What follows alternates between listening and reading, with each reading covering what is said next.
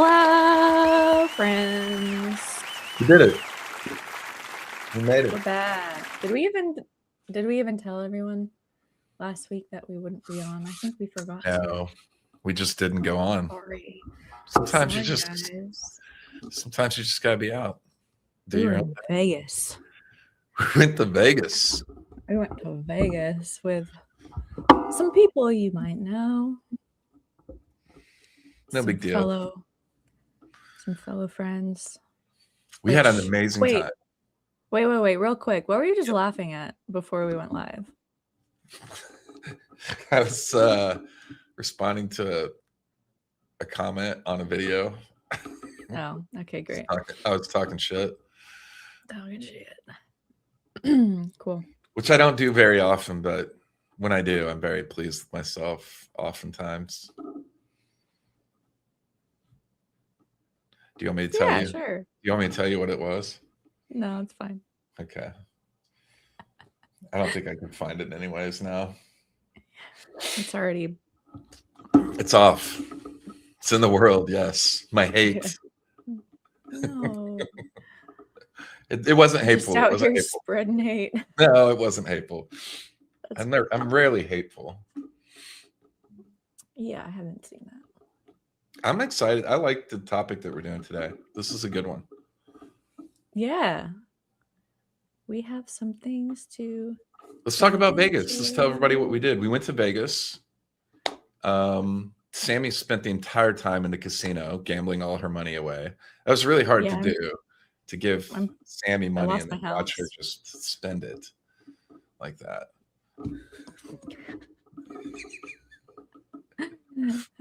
Yeah, I bet my house. I bet my car. I have a problem. And she was just smashed. You guys aren't gonna see the me whole anymore. time. Just super drunk. Drunk at the pool, just gambling on everything. We had a good time. We went to the Nerdrotic meetup and met amazing people, didn't we? We did, yeah, and saw some familiar faces. Familiar faces from the tours. It was like a tour reunion. Yeah, it was cool. It was great.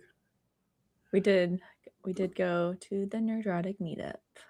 Jose Taco. And it was a lot of fun.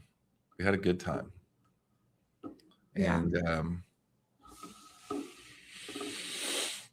yeah. You said I haven't checked in on FNT. They played we went to try to get like clips to make them like an intro. They're like an updated little intro video for FNT with clips from the event and stuff. So that was my objective, which I'd say it was a success. Yeah. So if you go watch FNT, their intro for last week, it was a one-off just for that episode, was clips in their intro from the meetup that Sammy shot and stayed up super late after the meetup to get it done and over to them.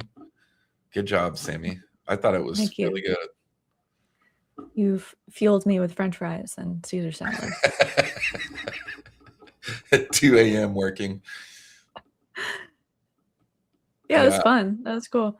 And I mean, shouts to Ryan for helping me get people like... Yeah, hyped. Ryan was all hyped. Ryan was a great hype man.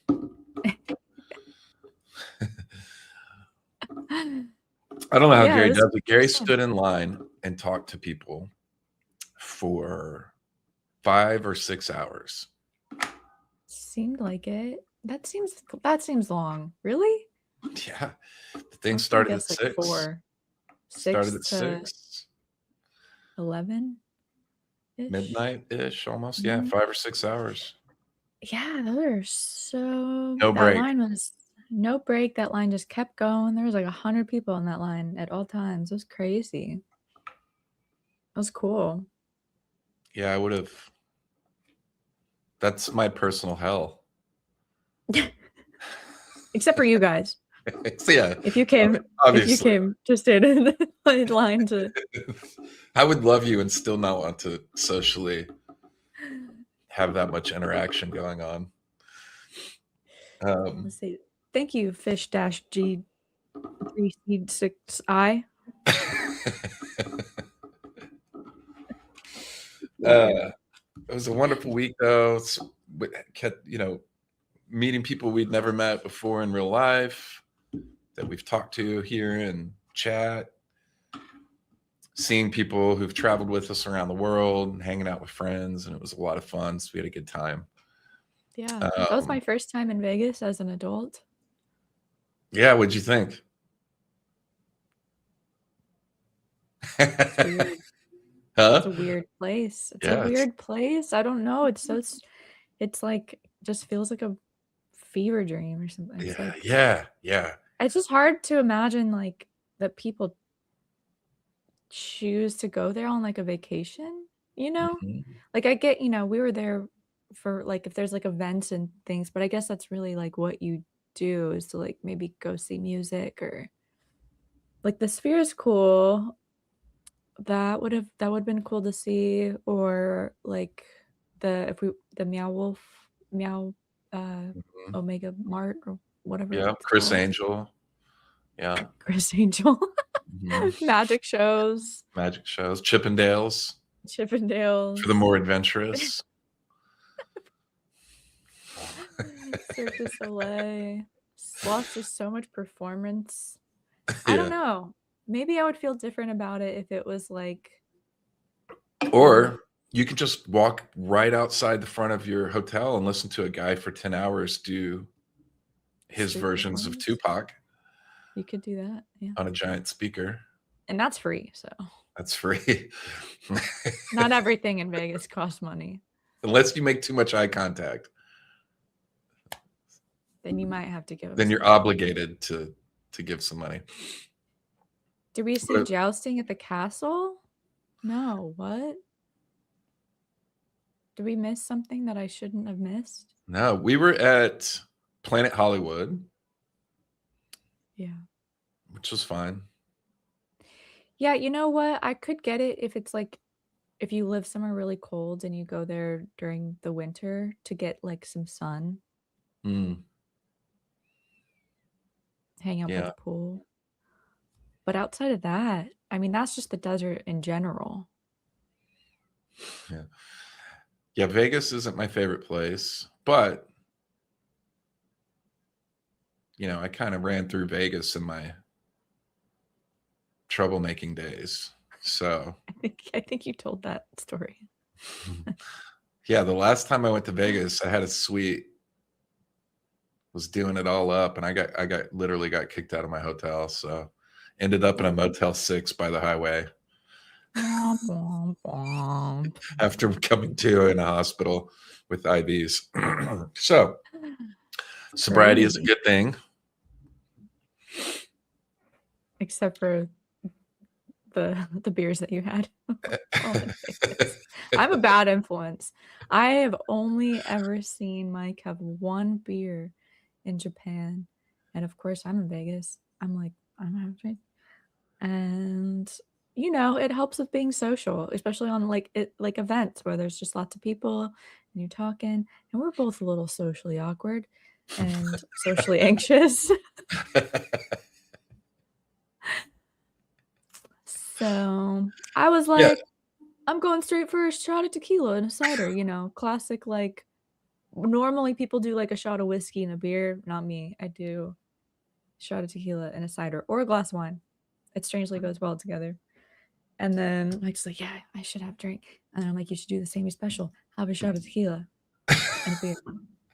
And you were like, okay, I did it. you did it. I did I'm all a bad right. It influence. was definitely better You for did the great. socialization aspect. Because, like you said, we both are relatively awkward. And, having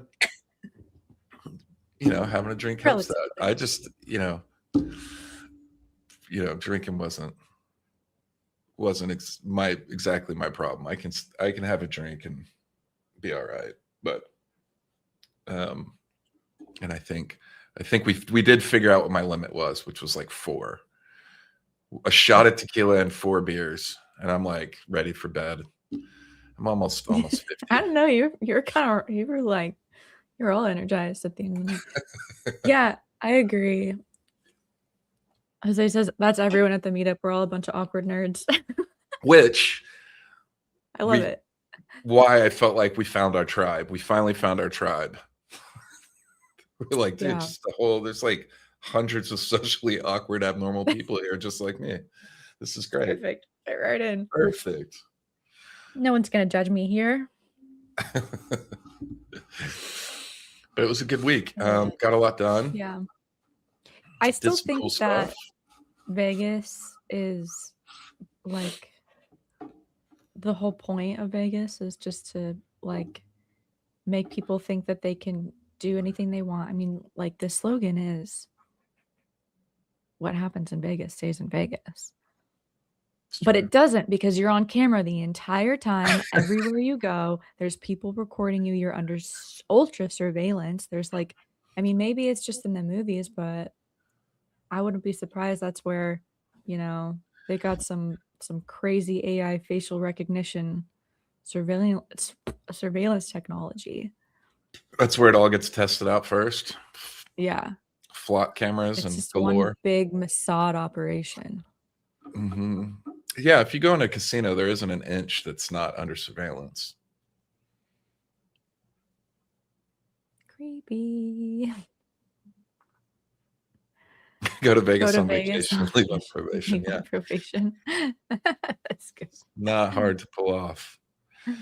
Unless you are a citizen of Israel, and then you just you're like, they're fine. You got caught soliciting, you got caught doing inappropriate things with an underage person. You're good. We don't got to put you in trial. You just go back to Israel. Just go back home and do your thing. Just go home. Yeah. You're fine. Seems to be a running trend. Anywho's. Oh, yeah. So back. This isn't a conspiracy podcast today.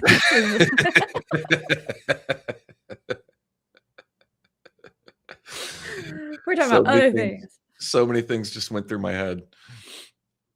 It could go so many directions with that one.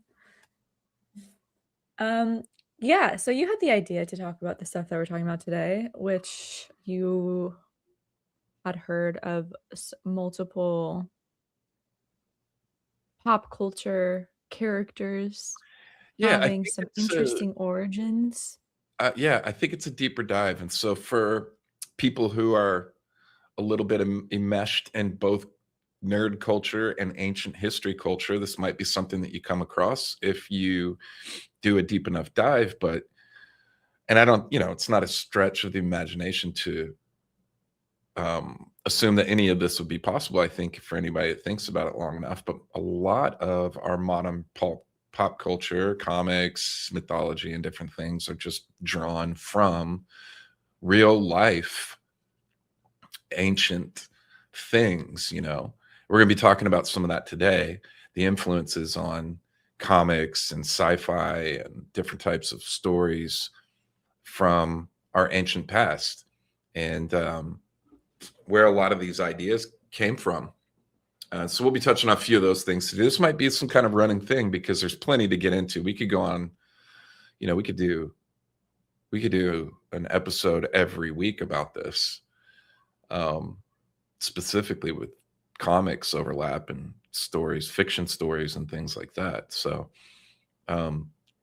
we figured we'd start off in a really well-known franchise. It's easy to pull from because a lot of the influence for Star Wars has come from things in history. So it'd be cool to kind of dig into that. Yeah, I think these examples are pretty direct, that it's like, obviously a lot of more current movies and pop culture things are derived from myths or like indirectly kind of broader themes, like story arc themes, or like character archetypes. But this is like direct, like really cool, like direct examples, which I think would be like harder to find. I mean, I did find some other ones that, you know, we can like dive into a little bit, some other cool examples of characters and stories that we all know, um, and characters that were originated with interesting mythological, like direct inspirations. Yeah. Um, so I mean, yeah, I mean, I don't know how many examples like this are out there. This is pretty cool, especially just like as an artist, and just the artistic inspiration. That's where I think, um, should I just pull it up? Yeah. So Hit them with it. Queen Amidala. You give the background. I'll pull it up. How did you say it? Queen Amidala? Queen Amidala? Yeah, Queen Amidala is a direct pull from ancient culture from Mongolia. And what's interesting is in the, you know, the Star Wars series, this um, way of dressing Queen Amidala up in these incredibly elaborate outfits, basically for the reason of being able to switch her in and out with her like handmaids and stuff or whatever. You know, this was done in Mongolia for the exact reason that was shown in Star Wars, for to prevent assassinations and things like that. So you never knew who was actually, well, it was kept a secret, but you know, the point being that you never knew, you know, if there was some high profile visit or speech or public appearance, she might put one of her trained um,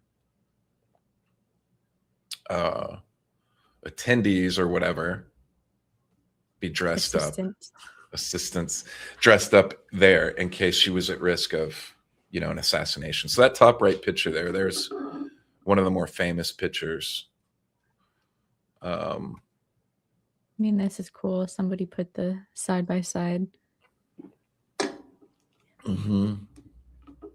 Yeah, I mean, that's just like, that's a direct Let's show inspiration. them But I the didn't. old picture there. What, this one?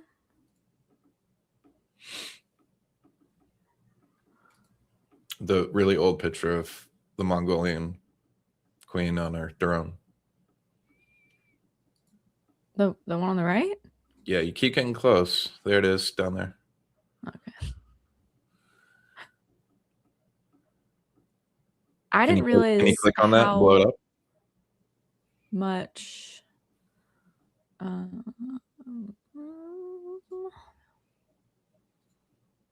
I didn't realize how much of Star Wars is. I mean, you know, there's the obvious inspirations, like the Force kind of obviously having some Eastern philosophy inspiration, and like the Jedi's kind of being like warrior, like, I don't know. Eastern warrior type figures. They're like monks who are tapped Exactly. into chi force, life Yeah. force, energy force. Taken, you know, it's like that taken to this extreme level. You know, there's no possessions, no attachments. So that's pretty obvious. Like those are the obvious things, but I didn't realize how much of like some of these character inspirations were drawn from direct sources like this too. And I think that this is such a great example of why, as a creative person, whether you're an artist or a writer or anything really, I think it's so good to find inspiration from things outside of your medium.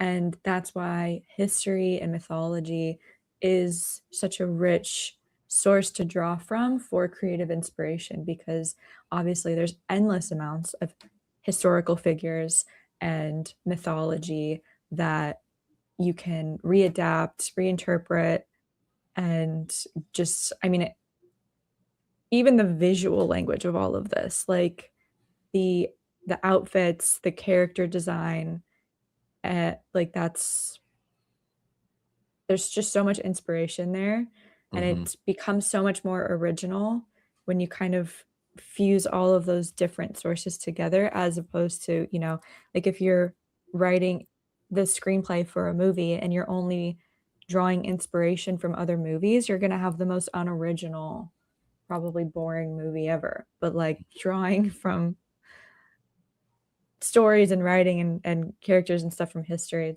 I think this is just such a great example of why I think it's important to do that.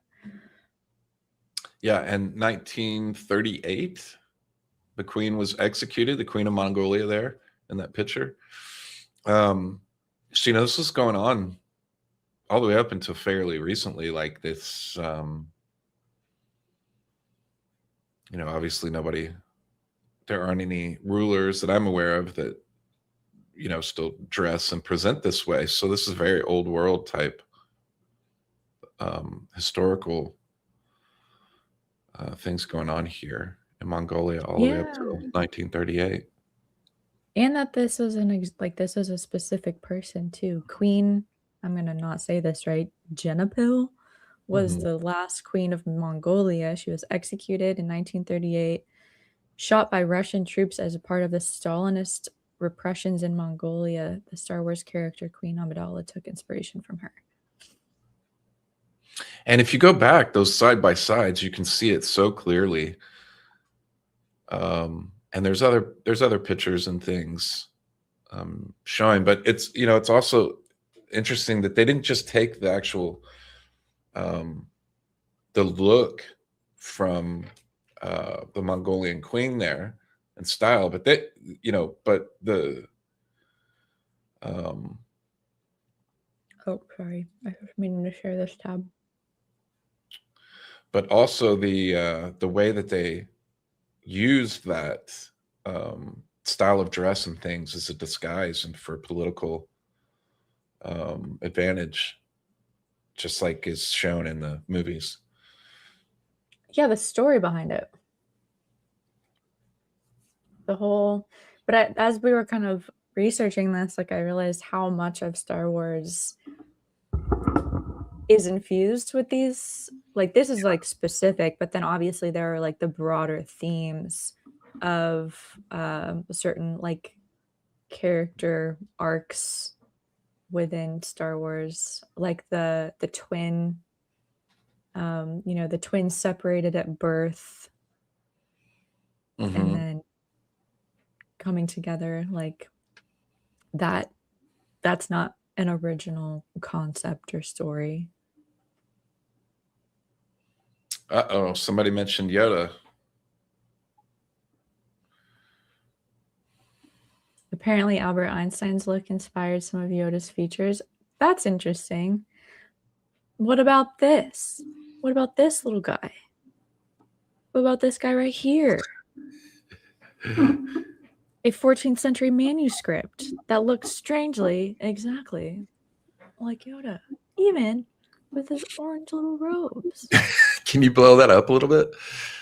So this is from a Oh. manuscript from the 1400s in France, I believe. And that's Yoda. I would say that's Yoda. That looks like Yoda if I've ever seen one. He's got little, look at sticky toes. Creedles. Sure, one of those. I'd love to say that it was really Yoda or was drawn by a medieval time traveler. It's actually an illustration of the biblical story of Samson. Mm-hmm. But like, how do we know that Yoda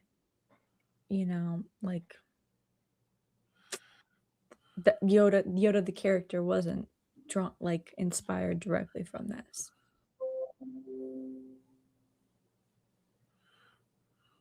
You know, Yep. we don't. Someone does. What I think is really cool, especially with Star Wars being as old as it is, that there was clearly so much research, like so much research was put into the development of the characters, and without the internet, my millennial brain can't even comprehend. You had to My read books. 90s. Yeah, you had to go to the library and research with books, which I think makes it so much more impressive. They didn't have ChatGPT to be like, what are character inspiration for my story? So I remember, I think the new Star Wars movies came out on my birthday.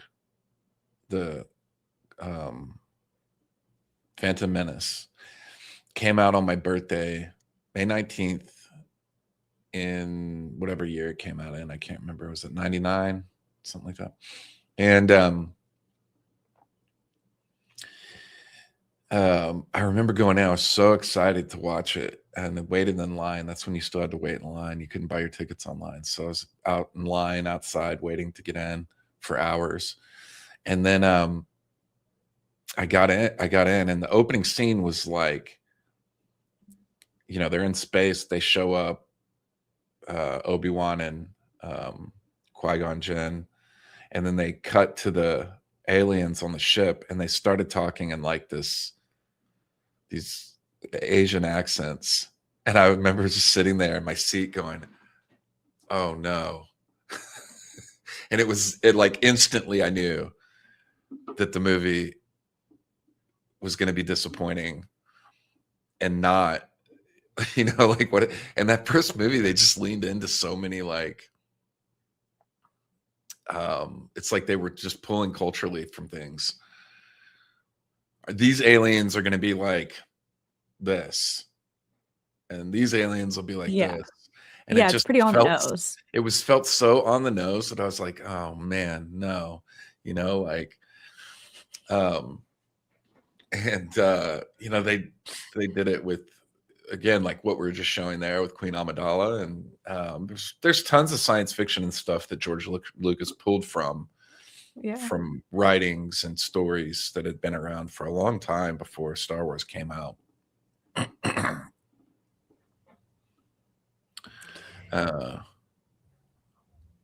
Libraries were a treasure back in the day. We still have libraries. We still have libraries. I remember going to the library and just reading books and stuff, and the libraries being a really cool place to go. There was one near my neighborhood. And now they're just places where homeless people go to sleep and look at porn on the internet. Yeah, that's also a thing here. For sure. Yeah, he does kind of also look like a gremlin. Darth Maul in the music was really cool. I was so bummed when they killed Darth Maul off at the end. I was like, why would you do that? That was such a cool character. Sometimes they just gotta go, The bar scene in Tatooine is one of my, that's just like obviously one of the most iconic, memorable scenes of the whole thing. Yeah, gremlins, gargoyles. What up, Richard? Hey, so you live in a Springfield? I also live in a Springfield. You guys have murals of, I can never remember it's like the most famous cartoon. The Simpsons. Do you guys have murals of The Simpsons all over your town? Because I do. Do you really? Yes. Because the Simpsons is based, I think it's actually, The Simpsons is actually based out of Springfield, Oregon, but I'm not 100% sure. No, it's Springfield, Illinois, I thought. Is it? Where is The Simpsons based? He did come back. Darth Maul did come back. And the Clone Wars animated series was amazing. I've watched that a dozen times. It's And they're Oregon. still going through with him. What? Yeah. Matt Groening confirmed he originally named the town after Springfield, Oregon, because he grew up here. Huh. And that's why. That's why we have murals of The Simpsons everywhere. I had no idea. That and Ken Kesey. It's like Who? Father Ken Kesey. I don't You know who that is? Uh-uh. He was the guy who traveled around in the further bus with the Grateful Dead, delivering acid to all of the Grateful Dead goers. Oh. And he was based out of Eugene. And that's why Eugene has such a deeply rooted Grateful Dead hippie culture, because the father of acid, or whatever his nickname is from here. And you can say what you want about that. Was he a CIA? I was going to ask. So he worked for the CIA. Probably. I mean, if he was just handing it out everywhere and he just had it readily available, I imagine. It sounds pretty CIA-ish. That's the story. Yeah, we have murals and like sculptures and everything. Like the town square in Eugene is literally named Kesey Square. Wow. Yeah. Fascinating stuff. That's funny. Yeah, so the third... What? I was just going to say that's funny, considering how liberal. Are those things like antithetical? That's why it's so liberal. Yeah, but it's a guy who worked for the CIA. Yeah, but people don't believe that. That's a pretty niche conspiracy belief. Seems like common sense. Yeah, I mean, I've read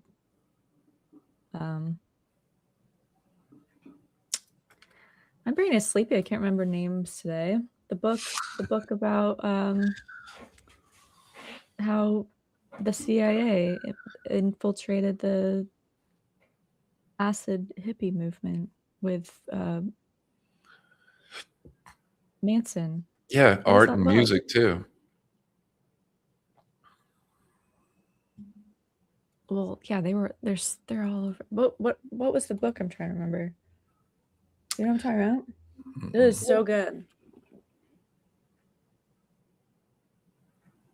I would have to look in my book about Manson. Chaos. Highly recommend. But that's pretty, like, not everyone has gone down that rabbit hole. But I do recommend it if you haven't, because it's pretty crazy. You know, one good thing about that's coming from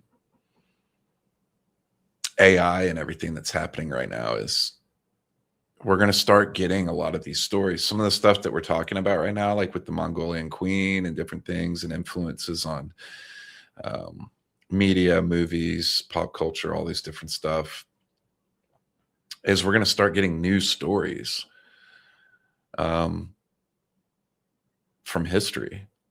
You think? I think so. Yeah. I mean, look, Will's already doing it. Will's doing amazing stuff.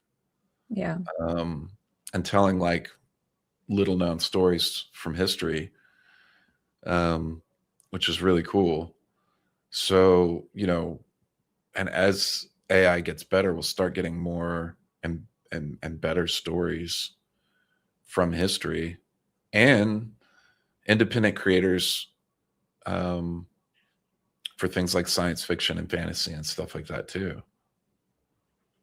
Yeah, I think that's where the stories are going to come from. I don't see Hollywood anytime soon realizing that people like, you know, good stories with interesting historical backgrounds. Yeah, no. Well, there's just this lack of originality, you know, like moving specific types of people into more prominent roles just kills the you just get this watered down version of everything, which is what we've been running on for the last 10 years in Hollywood. Yeah. Will from Incredible History. Hey everyone. Hello. Past Politics. Hello, Ruben. Hey. Hello. We got the whole crew in here today. I haven't looked at these. Anthony said, have you ever looked at the FOIA requests for some of these government programs? It's pretty interesting. It's how I found out Operation Paperclip was true. Its original name was Operation Overcast.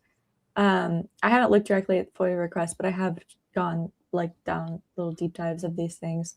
And I've been talking about wanting to do like a whole episode on like government psyop, like Operation Paperclip and surrounding CIA era documented psyops and stuff. Yeah. I think that'd be fun. It's some crazy stuff. Yeah. And definitely some deep holes that'd be fun to dive into. Yeah, with the AI videos, Jose, you know, like some of them are good. I'm not a huge AI person, but I like what Will's doing over on his channel because he's narrating and telling a story. And so the AI content that he's putting together are like, it's a visual that supports the story he's telling. So it's not like the AI images and videos are like the pull, it's the story that he's telling. And so the AI is just complementary to the historical stories that he's telling. Yeah, and to be able to like give that level of visuals along with the stories that he's telling would be millions of dollars of a budget. Like it's just that's impossible for a solo creator, but it's his voice, and I think that really changes the whole vibe of it too. Like if it was one of those like fake robot voices that you can tell is not real. There's like 5 voices and they're all this, you know, that's the only voices that get used on the AI videos. Yeah. I think I played one 2 weeks ago when we were looking at the stuff.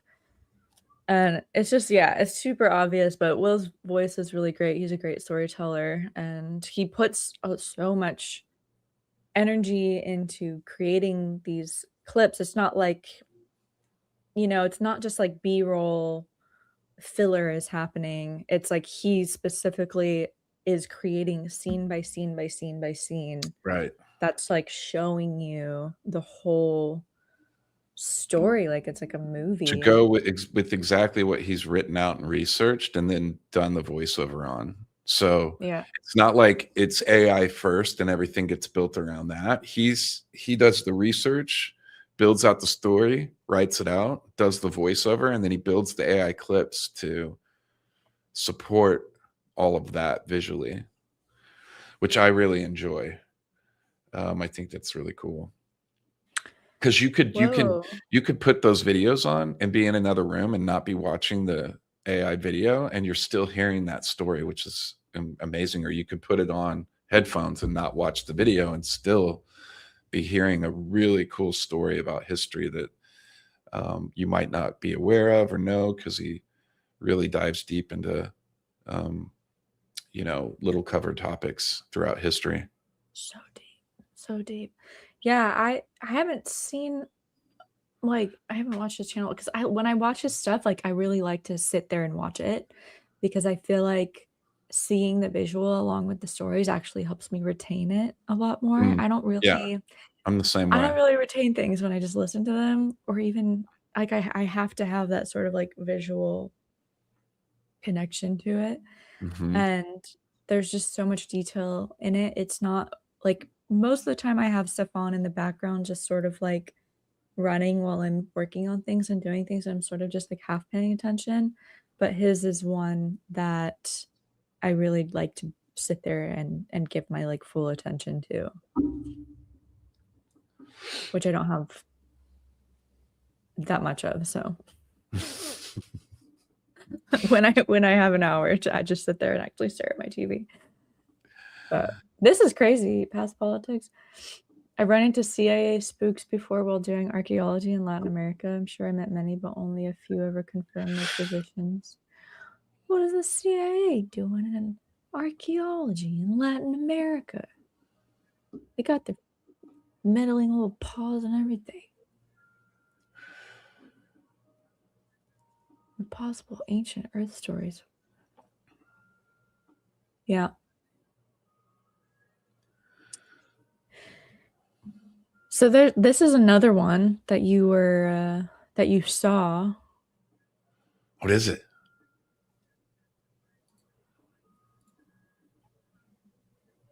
Oh yeah, the And Batman. yeah, so like this is such a, I think, a good thing to bring up too, because especially in the ancient history world, there's lots of things floating around on the internet. You got to So do I your came research. across this several years ago, and it was being labeled as a piece found in a Mayan piece found in Latin America that was depicting or dedicated to a bat god, which they do have a bat god in Mayan culture. And so for the last couple of years, I thought I was really into this and thought this was very interesting. Turns out this was not real. It was an art piece created in 2014. But Inspired by this guy. yeah, and that information for whatever reason is harder to find than it is about how this is like an actual historical piece that influenced the creation of Batman. Yeah, so this is a great example. Ancient, like this was being shared around on social media. Am I on Snopes? Get out of here. Yeah, so Snopes picked it up. Someone said ancient Mayan Batman, 2,500 years old. But this was an artist recreation, which I'm gonna try to find the artist's name.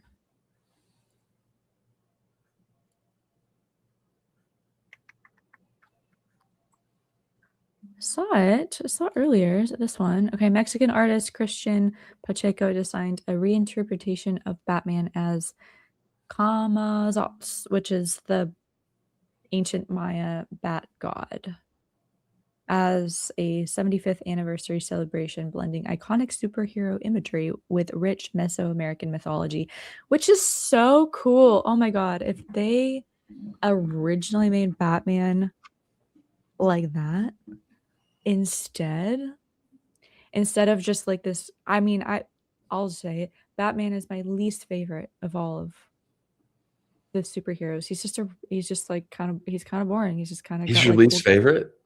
I think so. He's just like, he doesn't really have any. I mean, I'm not like the most versed person on superheroes. I should probably give my opinion, but like, he's got cool gadgets. He He doesn't has some of actually the have. best stories and arcs of any characters All in right. comics. I'm judging purely off of stats. Yeah, he's not a he's not a like a super powered person. Yeah, No, he's just a man, a he's just a Batman. vigilante wearing a bat mask. Yeah, but But incredibly smart, and so he's able to go toe to incredibly toe smart. with superheroes because um, he is such a badass. Is that the story? He's uh bronze isn't everything. Sometimes brains can fight. Yeah, He can bench 1,000 pounds. Well, I didn't know that. That's He's pretty peak. super. That's He's pretty peak super. human level capabilities. Is how he's described in the comics. Peak human. All right. I didn't know that. That changes things. He's taken out the whole Justice League. He just needs a little prep time. Well, if he's super strong, that's pretty superhero-y. Like I said, I shouldn't give my opinion. I'm not the most well-versed person on superheroes. He does have like the greatest rogues gallery of any comic book character. I mean, his rogues gallery are like, I think it's really cool that they're doing a movie on Clayface, and it's got a real horror feel, and I think that one's going to be cool. And I think that's what DC should be doing with their comic books, instead of trying to create this shared multiverse like Marvel's done, is just doing these one-offs with these incredible characters that they have. You know, when I grew up, DC was my favorite comic book, not Marvel. I just found it really interesting that, you know, DC just very much imitated things like the Greek pantheon of gods and other cultures and stuff. They're just very one for one, right? And in comparison, and I really enjoyed those and those types of stories. But like, they should really just be doing one-off movies like they did with the Joker, and they should do with Clayface. Looks like it's going to be pretty crazy. And instead of trying to create this whole shared universe that they just keep failing at. I mean, I don't know. Okay, Drez. My favorite superhero is Captain Marvel. I'll just say that. Shut up. Get out of here, dude. Get out of here. I think it's the best movie, the one that they recently put out. So good. Man. Super rich. Kidding. I can't bring you to another meetup. Driz. Yeah, I'm banned from the meetups after that one comment. I hate orphans. Is Batman an orphan? Yeah, he is.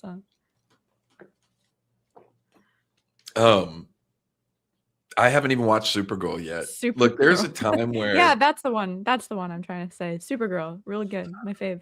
Well, you both. Yeah, you failed on both. I'm just kidding. I haven't seen it. Just trying to rage bait you guys.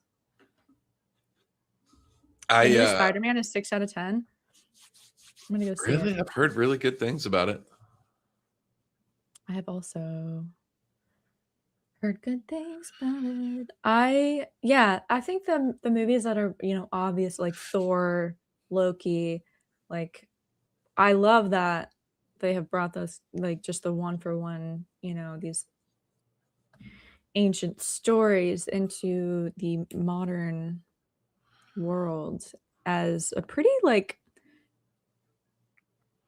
accurate description, I think, in a lot of ways. And there, I feel like in the movies, there are some, I want to say there are like some kind of direct reinterpretations of actual stories of like of Thor and Loki, which is cool.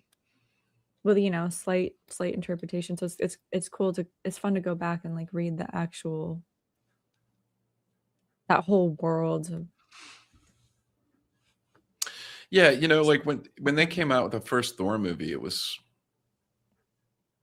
they tried to just take themselves too seriously, I think, and the Thor version that's always kind of resonated with, or that people have had a lot of fun with anyways, especially in the animated series and stuff like that, has been the Thor that's a little bit funner. And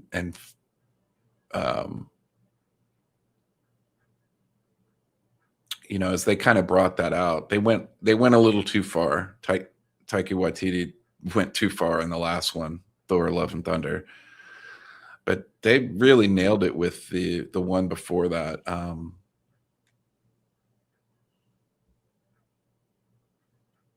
And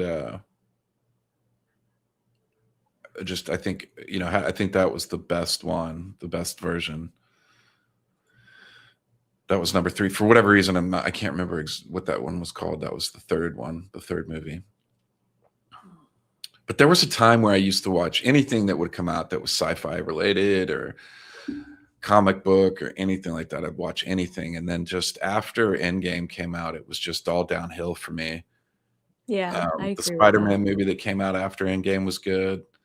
I haven't seen any of the Spider-Man movies, any of the new ones. I haven't seen. Ragnarok. I would go back. Yeah, Ragnarok. I kind of checked out from that whole Yeah, me too. world after Yeah. Endgame. But like when they were all coming out, we would go to the theaters. Me and Ian would go to the theaters every time and go see all of them. I would I go like back. stories of people who have to go through things and losing things and overcome them, and like builds their character. And they really did. I mean, they took everything away from Thor through those movies. Real hero's journey. Yeah. Yeah. I really like those. I think one of my favorite characters, since we were talking about Star Wars earlier, at least in the most recent animated series, the Clone Wars series, was Asajj Ventress. I like characters like that. I like through the Cap movies. I like the story they were telling of the Winter Soldier, Bucky Barnes. Those are kind of characters that I kind of gravitate towards being my favorite. These redemptive arcs and losing everything, and then like struggling and finding themselves and the strength within themselves to overcome things. Or oftentimes my favorite stories. I haven't seen the Odyssey yet. I'm behind. I haven't either. I didn't really Yeah, want to, didn't feel like going to the theater to see it. And I haven't seen Spider-Man, which again was something I would have been immediately in the theater for back in the day. Yeah, Spider-Man so far is the only good thing coming out right now. Yeah, Bucky was robbed. That was such a cool storyline. I don't know what you're talking about.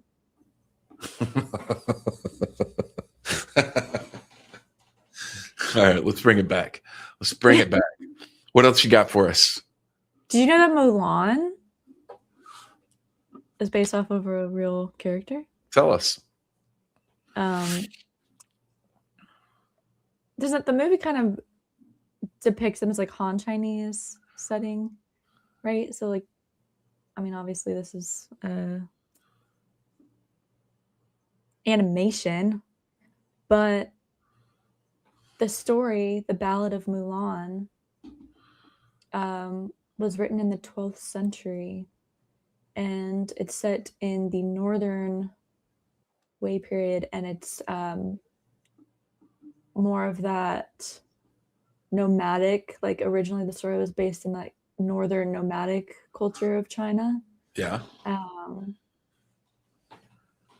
There's like possibly based off of a real nomadic northern Wei woman. Why? So it's based off a true story. Potentially.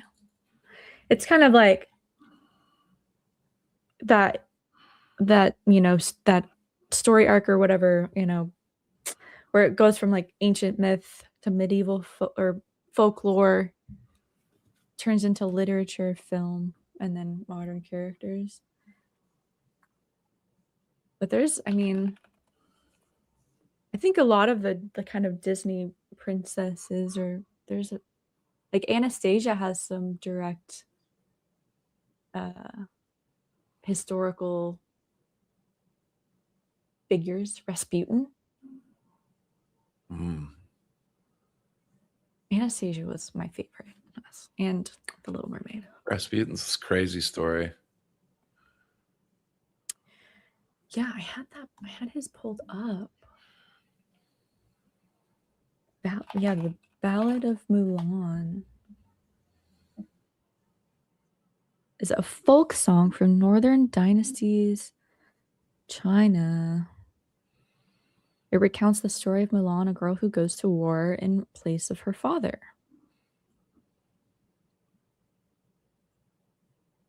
So, yeah, that kind of whole movie is based off of a real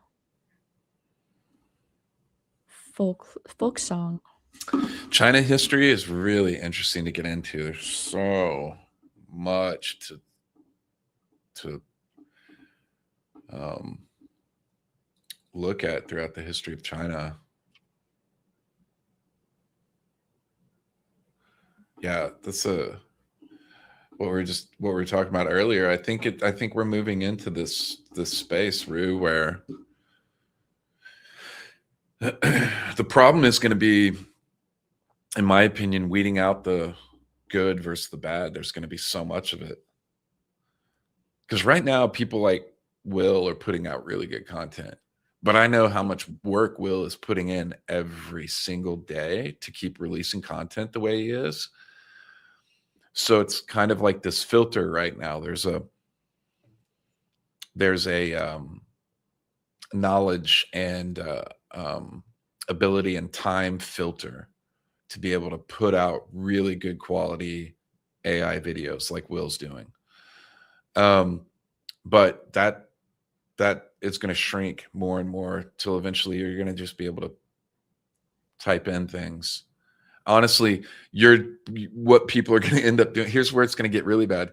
People aren't even going to be creating things and writing the story out like Will is doing, or the research. People are just going to tell AI to write a script for them about just an idea.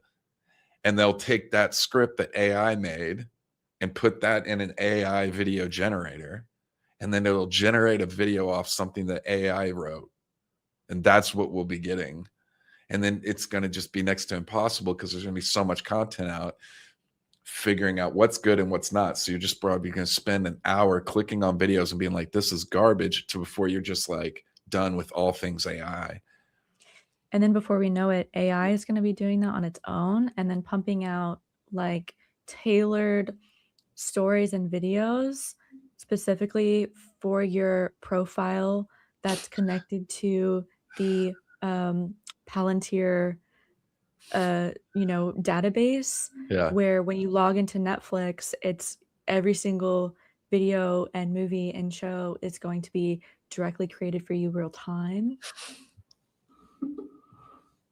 I think that's actually that's like a Black Mirror episode. Kitty? Have you guys met Kitty?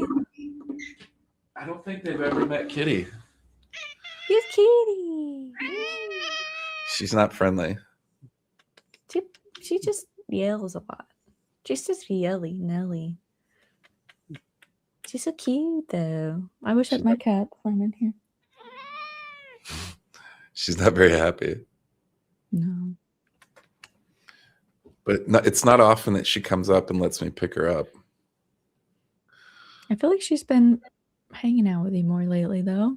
She has. She's been very sad since Beagle passed. She lost her friend. I was going to put his bed and different things up, but she started sleeping in it. Yeah, she's a very angry cat. Just sad. So sometimes she's pretty chill for an angry cat. she's pretty claws are out. So sometimes she'll let me pick her up, but claws are always out. They're ready to go. Yeah. Okay, say hi. I'm gonna put you down. Why are you sitting Dude, for real. Like, okay. And the AI will have access to all the data that every company has collected on you. Every time you pause when scrolling, the program will note what attracts your attention. Yeah, literally. And that's why I want to get a dumb phone and move out to the woods. But everything I do for work is on the internet, so. You'll be getting like personalized ads for you that feature like your dead mom or dad. Personal Calypso. That's my cat's name, Calypso. Speaking of cats. Dude, the generation, like the boomers, are about to get so scammed out of all their retirement. They already are. They have been. And not even with AI, just guys on the phone selling them Yeah. solar panels. Yeah. Like, Yeah. it's gonna get so It's gonna bad. get so bad because they're gonna be getting phone calls that sound exactly like their sons or daughters. This happened. No, this happened to Yeah. someone I know. This happened to a friend of mine. Yeah. It's her voice. They used her voice and made it sound like she was being kidnapped, but thankfully her mom didn't care enough. Oh my God, dude. It's gonna be crazy. It's gonna be crazy. I wonder what kind of new horrors we'll have to face when we get old. I'll let you know when I get there before you. I'm really quite, I know a lot of people are afraid and there's a lot of fear going on, and people, a lot of people think like the end is nigh. The rapture is coming. The whatever you believe in, whether it's science or spirituality or religion or anything, everyone's got a theory of how the world is going to be ending soon. And I'm just curious. I'm just like so curious. Like, how are things gonna unfold? Like where the end has been nice since it started. I love that. Yeah, literally. I just either technology keeps progressing and we really do end up in this very dystopian depiction of like, this when we see um kind of very like futuristic movies of what we think, the surveillance with the surveillance state, but with all of the like there's still extreme entertainment that they give to the masses to distract them and keep them sedated, and all the theories of like all the weird drugs that are going to come out and just keep people okay with everything or whatever, or something is going to happen where technology, I don't see it's either going to go one or the other, right? Like we're either going to go revert back to a, I don't know what, 1800s lifestyle, Mhm. or go very, very far out in the future. And maybe both will simultaneously happen. Maybe there will be pockets of society that choose to not participate, and then they're kind of forced out of the system because you have to be in the system to be in the system, Yeah, well, we don't seem to be worldly as a people, able to have nice things. Except for Japan. Japan. Japan has nice things. I love Japan. I miss Japan. I miss People Japan. just start having flashbacks. Japan. You stole my heart. This is such a good idea. Having a password in case someone tries to scam me by pretending to be one or the other. That's a great idea. I haven't thought about that. Look, here's how bad it is. We've started promoting stuff on Facebook more, right? Facebook is very older. Our audience on Facebook, first of all, our platform in Facebook is blowing up right now, and which is great, right? But our audience on Facebook skews over 65, 65 plus, which is the market on Facebook is older, right? Yeah. And so I'm spending more time on Facebook because I'm being engaged with our content and doing things on there. And so I'm seeing stuff on Facebook that are just whole accounts of like this account came on. I was scrolling by and I stopped because I immediately was like, this is AI. And it was a whole account of this lady talking about her divorce glow up and how basically her whole platform was framed around this thing of she was in her 50s and overweight. And so they're all videos of her like glowing up and in the gym, What was she and how selling? she got out of this abusive relationship basically is what it continually hints at. and then started taking care of herself, and now she's fit and fabulous. But it's all AI. But if you go in the comments, every comment is like, "You go, girl. I did the same. I left my husband, and I'm working on it now." What was she And selling? it's not selling anything. That's Nothing. weird. Tens of thousands of followers, and all the comments are just older people just Well, engaging as if this is she's real definitely making life. money. Yeah, Interesting. yeah. Yo, Rube, this is so true. There is a lot more censorship on Facebook. We actually we posted a clip from our latest Japan video about the erasure of the Christian society when in Nagasaki, and like most of our videos do around like 15 to 20 plus 20,000 plus 20, 30, 40, 50, 60,000 views.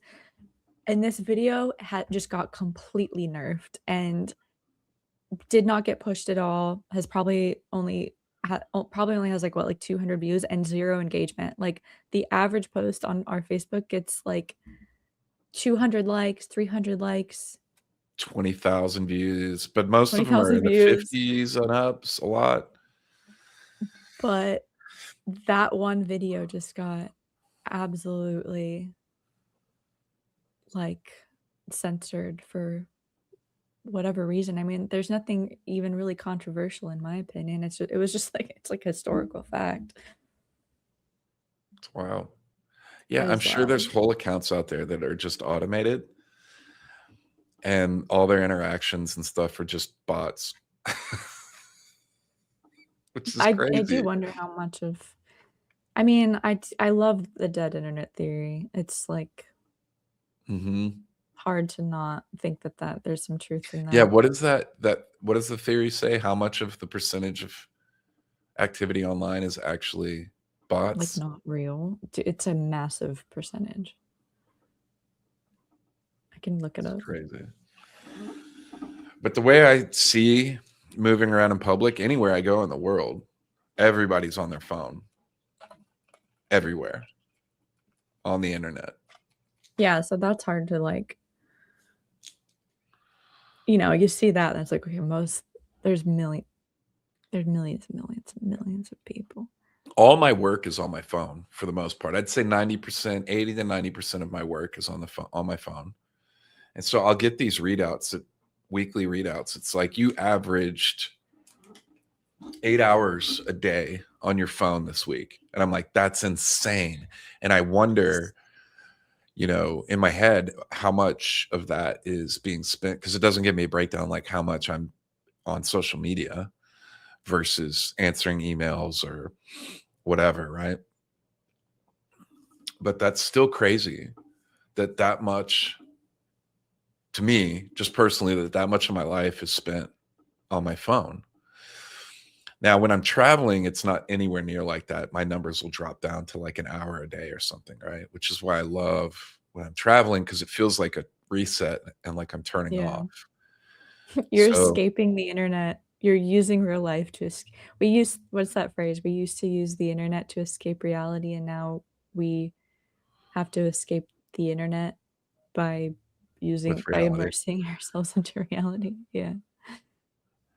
Yeah, my YouTube Um, consumption is also off the charts. what? It's just my YouTube consumption is off the charts. I think we can all say that in this room. Probably. That's funny. Yeah, where was this comment? I wanted to respond to this Birthday earlier. numbers. As Yeah. I've got a feeling that this AI business is a wave, a hype craze like yo-yos, but it will pass as we realize we need to anchor our reality in real history. I do wonder if that is a big reason why there is this like huge kind of I don't even want to say resurgence because I don't even know if it's like a but like there's this like big insurgence of people like caring about history, doing deep dive about like really trying to bring stories from our past, you know, into the current conversation and why so many people right now are so passionate. I mean, I'm like maybe people have always been passionate about history, so I'm not saying it's new, but it does seem like that there's this kind of momentum behind it. right And I now. wonder if yeah. Yeah, and it doesn't And seem I to be going wonder if this away. is one. Um, As I things don't. are being more and more twisted and reality is being more and more twisted and AI is just like continuing to disconnect people from reality and there's this it feels like there's this whole attempt at making people question what is real. Like there's like, you can't even believe your own eyes anymore because we have figured out a way to completely, you know, deep fake reality and One of the history is like the one thing that's real. one of the first things that happened to me with AI that made me just completely not trust AI at all, other than I use AI for basic things like AI is really good for a scatterbrained person like me to organize my thoughts. So I'll be sitting here working at my desk and using AI to like do basic things like organize stuff that I'm already creating. Right. I'll copy paste stuff that I'm already working on, put it into AI and tell it to formulate all that into like a clear, cohesive thing or whatever. Right. Because I'm just so all over the place. But, one of the first things that happened to me that made me really distrust AI was I was doing research on a video. Um, I did that work on the band of holes and presented this theory that the band of holes was actually um, used for agriculture. And what I did was I went over to the Canary Islands because my hypothesis was that this was be similar to what they're doing in the Canary Islands with the grapes over there, and how they dig these holes and stuff. And so I was working on this whole thing, which I still need to get out, of these pits that provide protection from the climate, the wind, dew comes down into the bottom. Anyways, blah, blah, blah. I'm working on this. And so I started using AI for research. And I was like, has anybody else, because I'd never heard it before. And I did a bunch of looking online. No one had presented this theory yet. And then it said that somebody had, and it said two archaeologists. It referred me to two archaeologists. And I was like, dude, I thought I came up with something on my own here. Turns out I did. And AI recommended these archaeologists, and they had never done any work on that, had never put anything out or presented anything. And so it created this whole thing. And I even reached out to those archaeologists who never responded. But it turns out none of that the AI created was true. None of the writings and work that they said that they had already done and presented was true. So it was just crafting this whole thing as I was going through, talking to it and telling. And I eventually went in and pressed the AI on it till it admitted that it was not true. And it was telling me, it was giving me information because it was trying to like tell me what I wanted to hear or something. I Yeah. don't remember exactly. And I was basically Yeah. like, yeah, I'd never do that again. I only want facts and things that can be validated. And it was this whole thing. And went through this whole process with it to the point of being like, yeah, I'm never trusting this for anything. And if I ever look up information on here, I'm going to have to, double check it Yeah. myself, Yeah. find source on that. Well, it's because it's baked into the algorithm of the AI. It's like they've created, especially ChatGPT, it's like they put way more of an emphasis on having it be agreeable than being Right. factual, Yep. which is, I would think, really warping people's sense of reality. Yeah. Well, we're going to get into the place of people just taking everything that they read from AI as fact and quoting it and posting it like they do with Google. I think we're already there. I agree. And people are building their entire thought processes and how they interact with the world around this. Which is Yeah, crazy. they've definitely been using us as the test. We are the it's definitely still in beta and they're just using us to train it. Like, did you guys see the whole thing about The thing I read specifically said Anthropic, but I'm sure they're all doing it. Books written before like 2021 or 2022 are super valuable because there's no possibility for them to have been written by AI. So they've been taking, you know, books prior to 2022, but like even much older, rare old books and scanning them and then destroying them because it does something, it like changes something to do with the copyright. And there was even something to do with like a law, like something in court like ruled that it wasn't against copyright.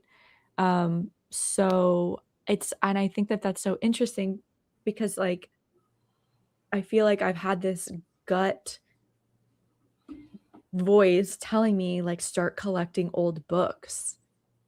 And then I saw that and I was like that's got to be part of the reasons why I've been feeling like this way. And I picture just having like a really cool old library filled with old books one day. But I was at a thrift shop by my house recently and found an encyclopedia. I think it was specifically like a Catholic encyclopedia or something, which is really interesting. There's a whole set. It was like 12 books from the 1800s, and I was like, I need to buy that, but it was like $350. But it'd be really cool. Which obviously I still need to buy my book scanner and put the Thebes book from Egypt out for you guys to be able to read. But Oh yeah, yeah, start collecting old still got to books. do that. Yeah, I know. I'm sorry, you guys. I've been so busy. It's still on my to-do list. I haven't forgotten. It's gotta happen, I swear. Do you got any more references like Queen Amidala and Yoda? Kind of. Yeah, Yababa from Spirited Away. That's a direct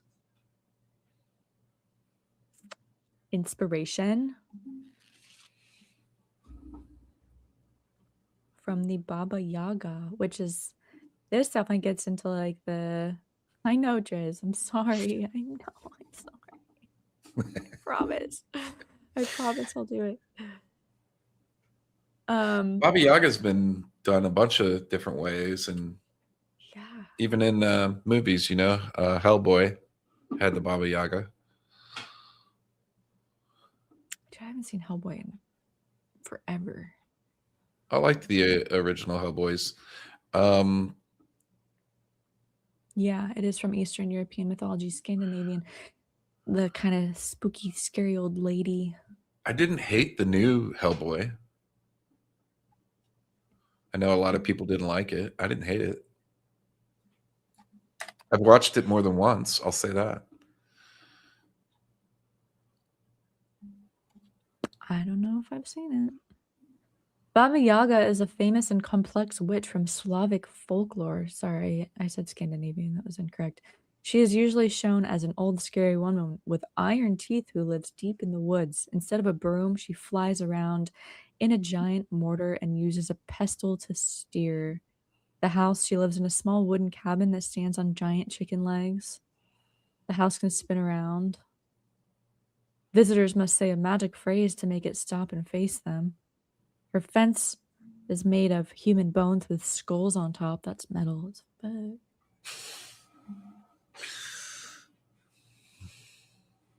fuck. God, see, there's just so much mythology and folklore. I want to know. Like, it'd be cool to do a whole deep dive on Slavic folklore We still can. next week.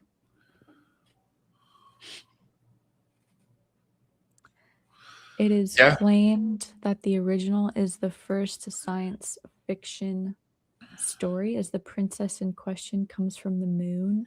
it's referring to a past post of his from Tale of Princess Kaguya. Oh.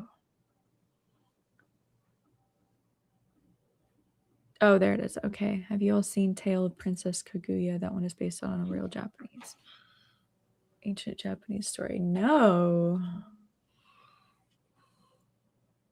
I started, I got this audiobook. It's a mega collection of mythologies, and it had a whole book of Japanese mythology. I'm like halfway through. There's such cool stories. Yeah.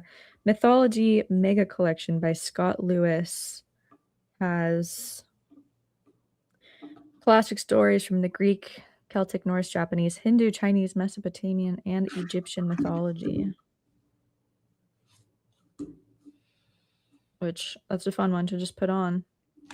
That's all the that's where I listen to the Norse mythology stories that like as I was listening, I would like remember scenes from the movie. I'm like, oh, they did that. Like they readapted that story. Tale of Princess Kaguya.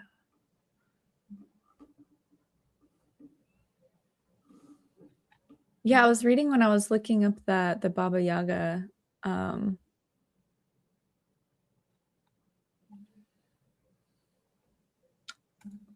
Like it was like, I don't know, an interview or something. I think Miyazaki had said that he has like had, you know, character inspiration from all over.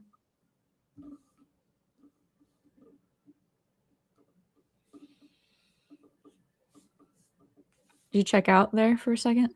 I did. I checked out for a second. Welcome back. I mean, I can just rant. I can just talk to myself for an hour. It's fine. I just really like that you always catch me and call me out on it when I do. I'd prefer. I just said 3 different things. I changed the subject 3 different times, and he didn't even respond to any of them. I'm like, I'll just keep changing the subject. I got a whole chat. I got a whole chat here, you guys. We don't even.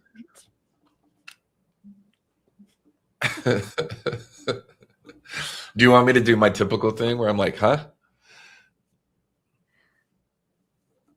Where you're looking down and I'm talking to you, and then you're like, what? And I say it again, and you're still looking down. And I say it, and then you're like, what? And I'm like, and then I just don't say anything, and you're like, okay, I'm listening now.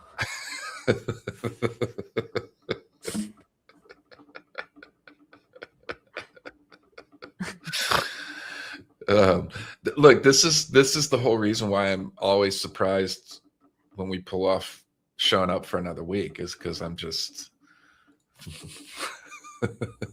yeah. People actually Rue, I'm going to speak for Mike here and say that he has no desire to do this, because I don't think either of us want to be in a position where we're looked at as I can't even think of the arbiters of truth. Yeah. Look, or like, I'm not trying to be a I can't even speak half the time. Like, you shouldn't come to me for facts. My whole thing that I've always wanted to do, and why I started this, was the fascination and like wonder that I have from visiting sites in person. It's the travel, it's getting to these places and then documenting sites around the world and sharing it with people to generate conversation, not be an expert or that's the word. Try to That's the word I was looking for. Yeah, I want to motivate people to travel, because I think it changes you. So I love talking about all this and different things, but putting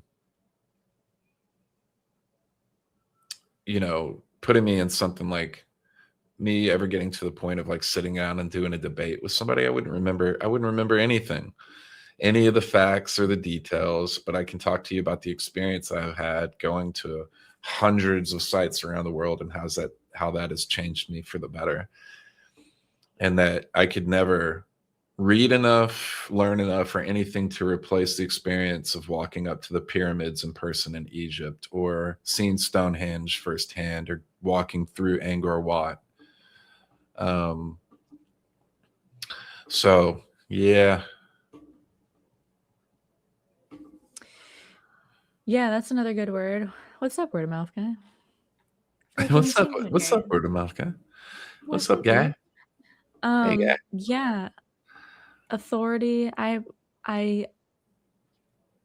I think I see both of us as just more of like creatives in this space and not as like, you know, especially with what we do here, it's like more research and just trying to learn. And like, this is an opportunity where we all get to like talk about interesting things and just like learn about interesting things. But I definitely like don't ever want to claim to be anyone that is an expert on anything. I think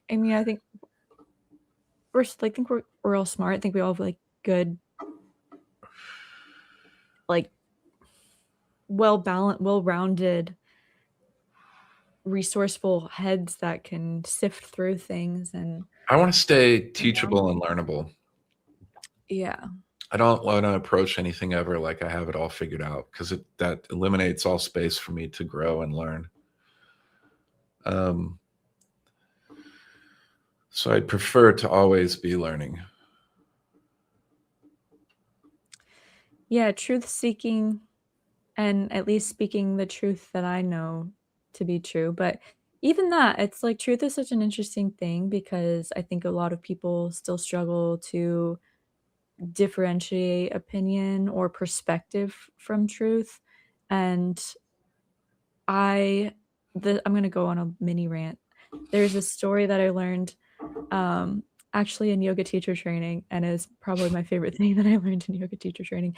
But it's um this kind of story that helps you understand the difference between perception, truth, opinion, perspective.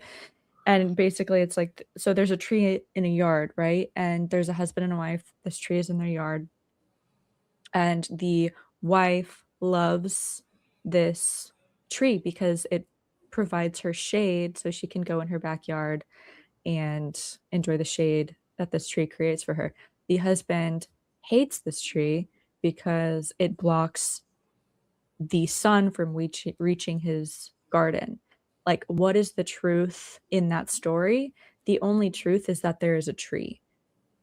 The perception is that, like, for the wife, the perception is that she, what was it? She likes the tree. The verbalization is the why, because it gives her shade that she enjoys. So it's like those three things, I think, people struggle to like that just I think is such a good kind of story for deciphering the truth of a situation where it's like literally My, the f- only my, truth my is that there's a tree. frustration in scenarios like this within communities is always that it's everybody looks at it as some kind of conflict when all you have to do is move the garden. Just be willing to bend a little bit sometimes. Yeah. There's only one solution in that scenario that I can see right off the top of my head that solves everyone's problem, and everyone still gets to enjoy the things that they love. Move the garden. Well, the point of the story isn't to solve problems. It's just to differentiate what the truth is. I understand. I'm saying, like, that perspective of, like, there's Yeah, two I get what different you're saying. perspectives there for people, and there's an easy solution, right? And everything stays true for Well, both the tree is people. still a tree. This tree's still a tree. Yeah. It's still blocking the sun from his garden unless he moves the garden. It's the only fixable thing in that scenario. I don't know. I'm just equating it to, like, a lot of times in these communities and different stuff is like this You can't desire to, move the like, tree. right. So, like, there's You always cut this the tree desire down. to, like, right, and then she doesn't have the shade. So it's like the only one thing that you could do is move the garden. There's just always this desire in the community to present um your theory or whatever is the absolute truth.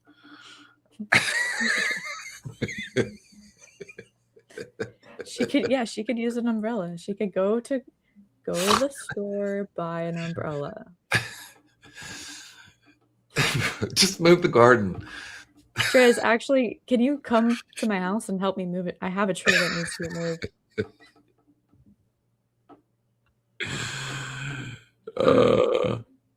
We had a volunteer. We had like you guys are sweet. They're saying a lot. You guys are saying a lot of nice stuff. Thank you. I know I have a lot to read.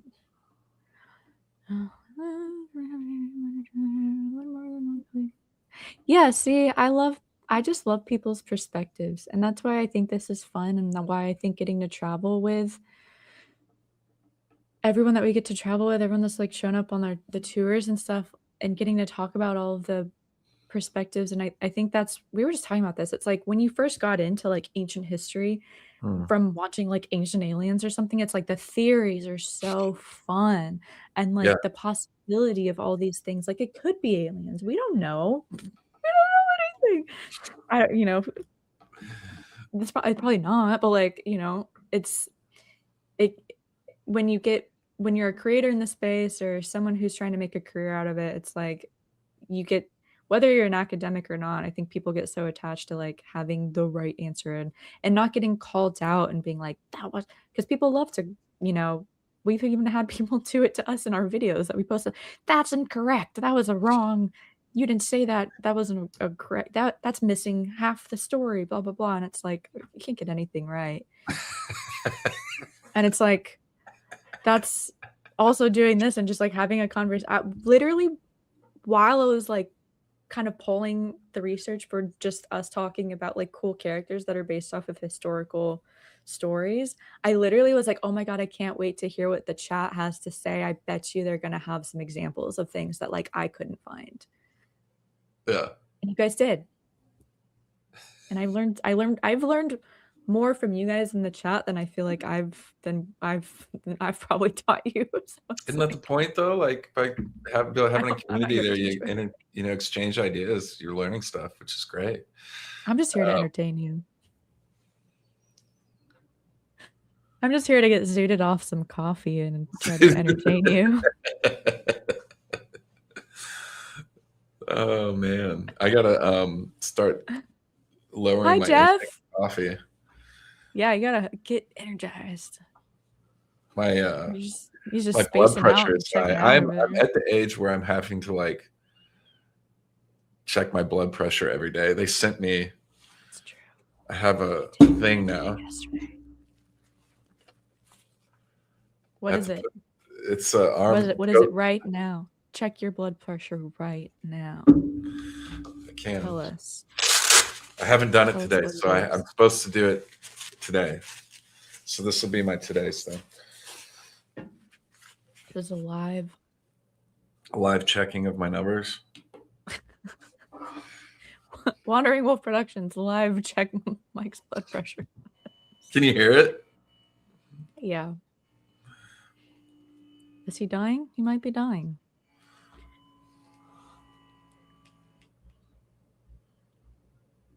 For the last decade or so, I've been studying different areas far more than the one I used to work in and research almost exclusively, and I've learned more about that original interest in the process. Yeah, I feel like that's kind of an extension of what I was saying earlier in like more of a creative sense, obviously.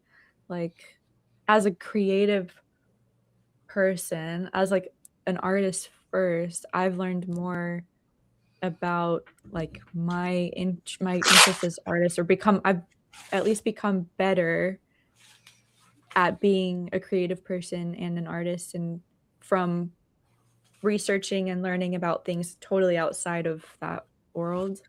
I know that's a little different than what you're saying, but that's me trying to relate. What is it? What are the numbers? 141 over 86 and 61 beats heart rate. What is it supposed to be? I actually don't know. I don't know. I don't know what any of these numbers mean. So I've just been logging them down every day, and I'm supposed to turn them into the VA and to see if I have to go on blood pressure medicine. Hey, actually, we do have good news about this. The Austin event, because it's been posted now. The conference in Austin. Yes. Dude, we got some big names joining us. Kurt Metzger, Duncan Trussell, Base Forge, and then the already announced lineup. Should I pull it up? Yeah, pull it up. Let's show it. Kind of my job, huh? Excited. Austin Quest. Was that Quest for Ancients? Yeah. They're saying, you guys in chat are saying I'm good. I hope so. Trish, you're going. You're going to the conference. My heart rate's always been good. I used to be in the 40s. Childress, Carson, Richards, Newman, Ainsworth, Brophy, Trussell. Trish is going. You'll be in Austin. Hell yeah. We'll have to all go get together and go get some barbecue or something. I'm fully going for Duncan Trussell and Kurt Metzger. I got to hang out with Duncan. I would go just to see if none of these other people were there, I would go just to see them. And he was a lot of fun. There's a discount right now. Buy one, get one 50% off. Oh, that's right. They're doing a flash sale right now. Flash sale. I totally forgot about that. Flash sale running right now for a couple days, I guess. Ends August 31st. That's like 20 days. So you got plenty of time. Of the rump. What is the rump? Everybody's invited. If you guys have a group of people that are wanting to go, let us know. We'll give you guys a discount for bulk purchases of tickets. It's a good lineup, and I think we're about to announce some more people, which is going to be really cool. Yeah, they really got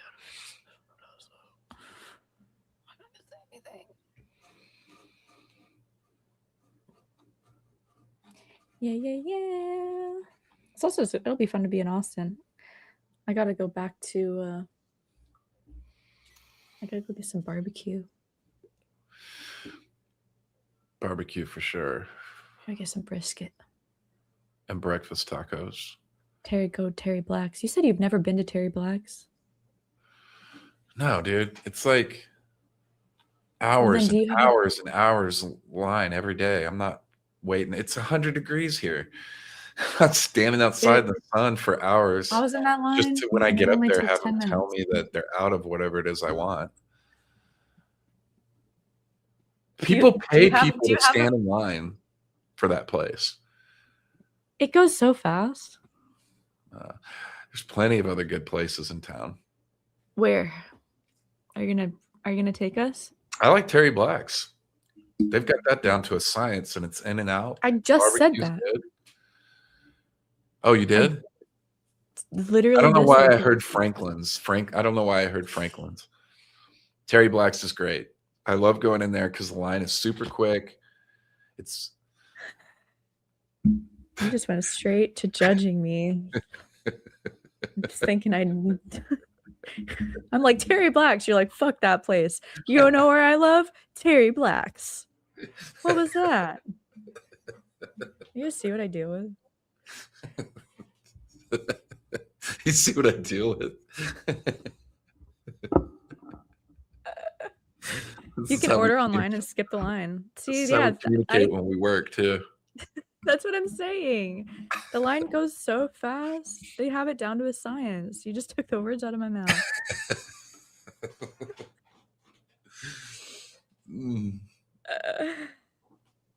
We almost went somewhere else. I told you this. We went somewhere else.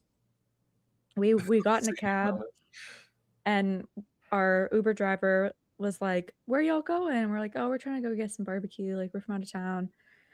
Wherever we had chosen, she's like, "Oh no, honey, I'm not taking you there. You're going to Terry Black's." I was like, "Yes, ma'am.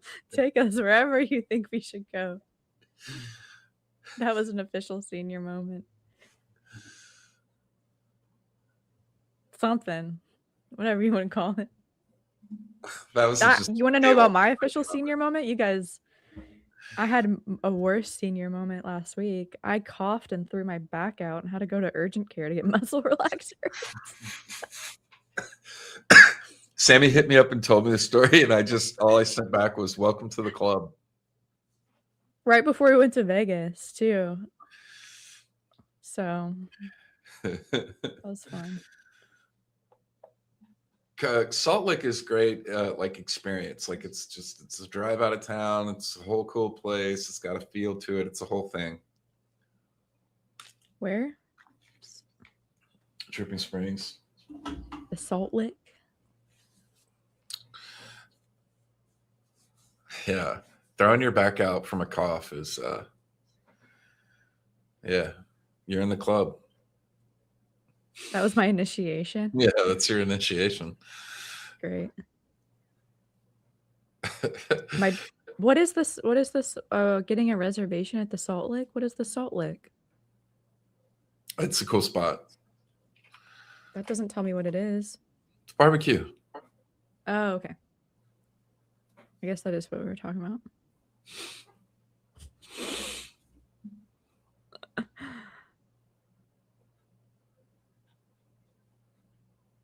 Anywho, I feel like I went through all of my examples. Yeah. I mean, I briefly touched on Rasputin. Sorry, are we too ADD? Yeah, honestly, we're just gonna have to start coming up with titles for videos that are just basically like, I don't know. We'll see what happens. I know. Are we doing some false advertisement? We stick to the topic for like 10 minutes. 10 minutes, move on. Well, I'd rather just talk with y'all guys. It would just be episode 33. Yeah, exactly. Oh, I just started watching The Fifth Element the other day, and I haven't watched it in forever. Yeah, I went and saw that movie like freaking 10 times in the theater. That came out when I was a teenager, and I used to go from when I was old enough to just start doing it on my own until my 20s. I would go see literally until I joined the Army, I would go see every movie that came out in the theater, every movie. I'd scrounge up change, like just whatever I could to go to a movie.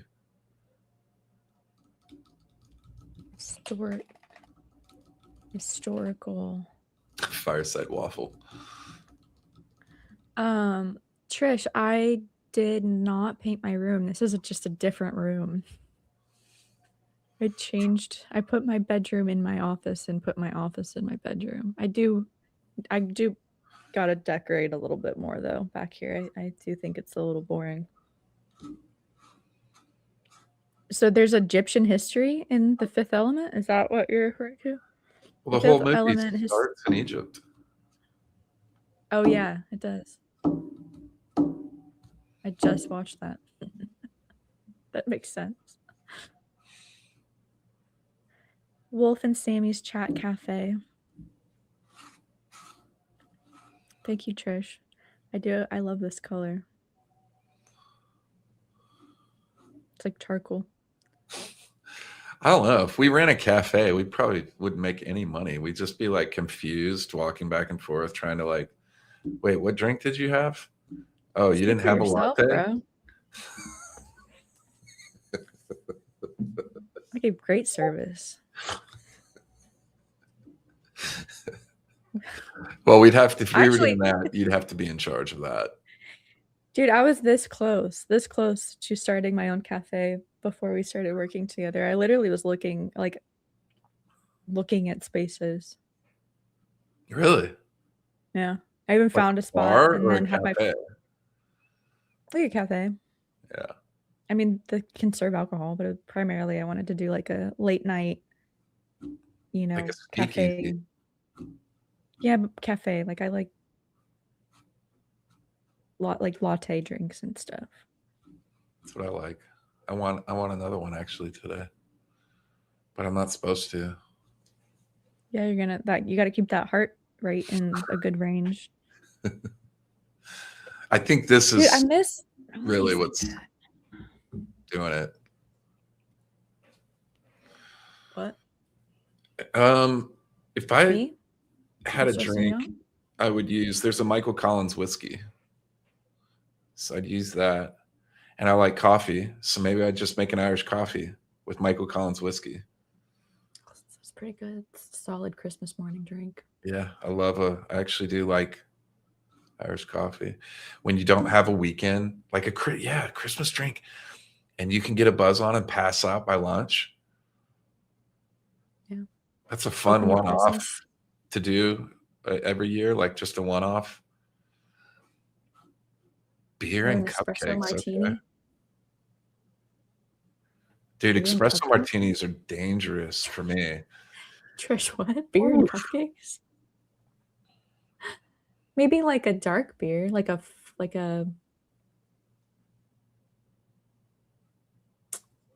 chocolatey malty dark beer. That would be good. Mm. I actually worked at a restaurant where the pastry chef did a whole like series of craft. She like collaborated with local craft breweries to make pastries that used their beer somehow, like in like the frosting or like it would be like a pairing for a specific beer. She did like a whole pastry beer combo thing. It's really good. Long Island iced teas are dangerous for you? Yeah, no shit. They're dangerous for everyone. That is a fiesta in your tum tum, dude. You're inviting everyone to the party. That's like having you got your Mexican neighbors, your Russian neighbors, your I don't know, Caribbean neighbors, and then your like Irish neighbors, and they're all getting together having a big fiesta in your stomach.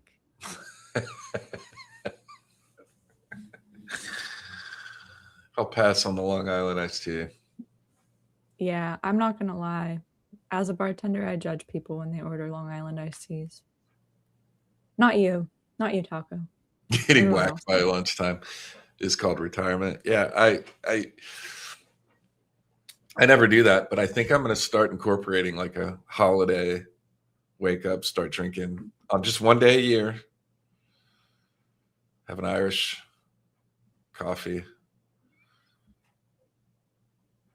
It's nice to have nothing to do, to wake up and do that. And then I'm in Texas, so even if it's in the winter, I'll have the mood when I wake up, but I could still go to the pool later.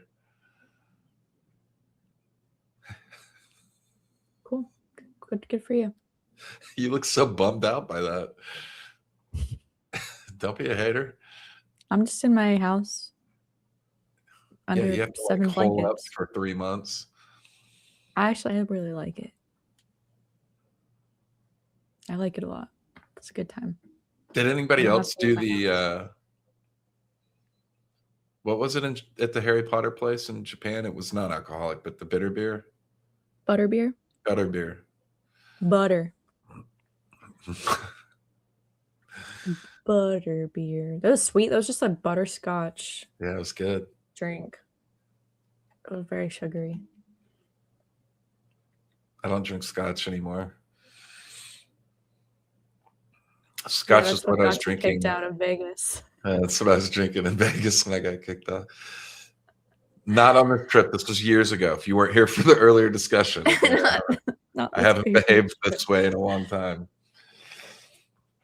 I still can't get over how fucking weird everything is in Vegas. Like everything was small and big at the same time. I felt like, do you ever have those dreams where there's a name for it, where You you're like, you described it like, perfectly earlier. It's like a fever dream. it is. It's so confusing. Dude, for our friends, Dre's, for our people who went to Egypt with us, you know how they would do the Egyptian scams where they would like act like they're going to give you a present and they'd be like, okay, it's $5 or whatever. Someone literally did that to me in Vegas, but he was a man dressed as a monk. and I don't believe him. I don't think he was really a monk, but I think this person put on monk robes to pretend like he was a monk. He was going around like pretending like he was giving out prayer beads, but then he put it on my wrist and then asked for money, and I was like, no, no, no, sir. I was like, I just got Egyptian scammed by a man pretending to be a monk on the Vegas Strip. What is happening? And then he took the prayer beads back.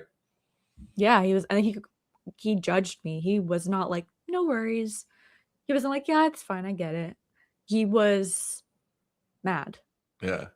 Which is very unmonk like. In my opinion, since real attached to an outcome there. Yeah, I think drinks are still free in Vegas if you're playing. I didn't test that out. I didn't gamble, and yeah. Yeah, I didn't gamble either. I did ground score a pack of cigarettes. Well, most Muslim countries, you can't buy alcohol. There is no alcohol to buy. There's lots of sody pop, though. In some Muslim countries, there'll be areas that cater to foreigners.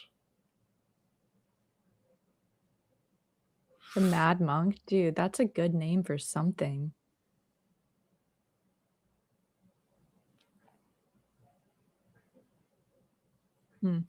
Yeah, I've just never enjoyed gambling. I don't know. You don't like losing your money for no reason? No. Eli, what's up, dude?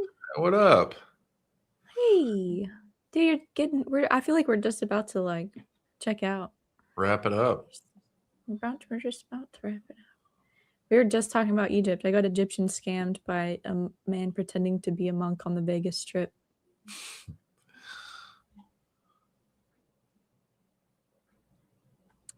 Yes, that's as confusing as that is. It truly happened. Putting on a tour is gambling. Yeah, well, that's true. That's just risky, though. I think there's a difference between just taking a business risk and a actual slot machine. Because you still have outcomes when it comes to putting on events. You have tools, you have marketing skills, you have a team, you have people willing to pay and willing to pay. Am I having a stroke? People willing to pay and buy tickets. You need my blood pressure machine thing? You need to borrow that? Yeah, I don't know. I feel like do we wrap it up? I feel like we're running out of steam. I need to eat. In 2 hours. I need to eat some food. Yeah. It's been a good one though. Yeah, this is fun. And we're just gonna change the titles every week from now on to just like an emoji of a guy like I don't know. Now we did a little bit of a deep dive. I could have done more of a deep dive on Rasputin. He's a pretty interesting character. It is, yeah. Look at that face. Look at that guy. Dude, old photos are so crazy looking to me because they look so sharp and detailed. But like not at the same time. A Russian mystic and faith healer, he's best known for having befriended the imperial family of Nicholas II and the last emperor of Russia, through whom he gained considerable influence. That could do a whole deep dive on Rasputin. Yep. For next time. Sammy and Wolf's random. So many good people in the chat today. I love you guys. So good to see you. Guys. I agree. Appalachian Orange, dude. You guys are coming up with some banging names right now for things. Appalachian Aura? Oh, like the photo? Yeah, it does give that. It's a good band name, though. Appalachian Aura. Okay. See y'all next week. Thank you for coming. Thank you for Back coming to to our our TED show. Talk. Thank you for hanging out with us. Thank you for hanging out with us introverts that don't leave our house and just need to have online interaction to actually talk to people. Peace. Just kidding. I actually have friends in my house right now. I should probably go hang out with them. Do you have friends? Mm-hmm.